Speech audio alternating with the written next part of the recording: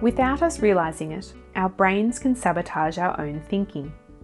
Instead of thinking clearly, our mind can simply close itself off. Luckily, there's a way to see the bigger picture. If you're aware of these blocks, sometimes called cognitive or unconscious biases, you can address them. This is particularly helpful when you're working with others to make important decisions. There are many unconscious biases.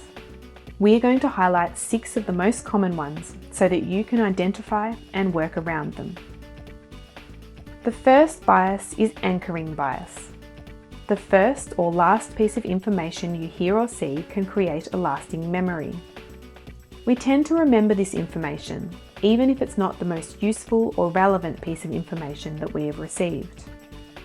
The second bias is the bandwagon effect, sometimes called groupthink. When many people take one position, you might feel like you should join them, even if their views don't align with yours. Be clear on your own position and be wary of getting swept along. The third bias is blind spot bias. We all have our blind spots, but they're much easier to recognise in others than in ourselves. To address this, encourage others to watch for your blind spots and you can watch for theirs. The fourth bias is confirmation bias. We're comfortable with what we know and tend to approach new information with fixed ideas. We're more likely to accept information that supports and reject information that contradicts our worldview. This may lead us to stereotype those with a different viewpoint. This is perhaps the strongest bias and the most common, so watch closely for this one. The fifth bias is information bias. Often, when we're in a group, we think we need more information before we can make a decision. Sometimes it's necessary, sometimes it's not. People can often make more accurate decisions with less information.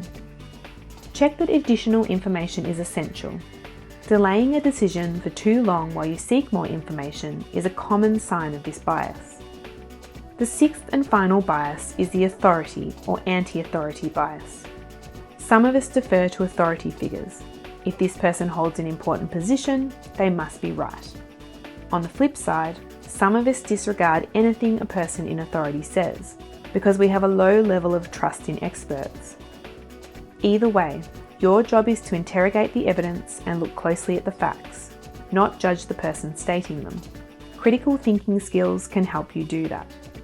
Remember, there are many types of biases.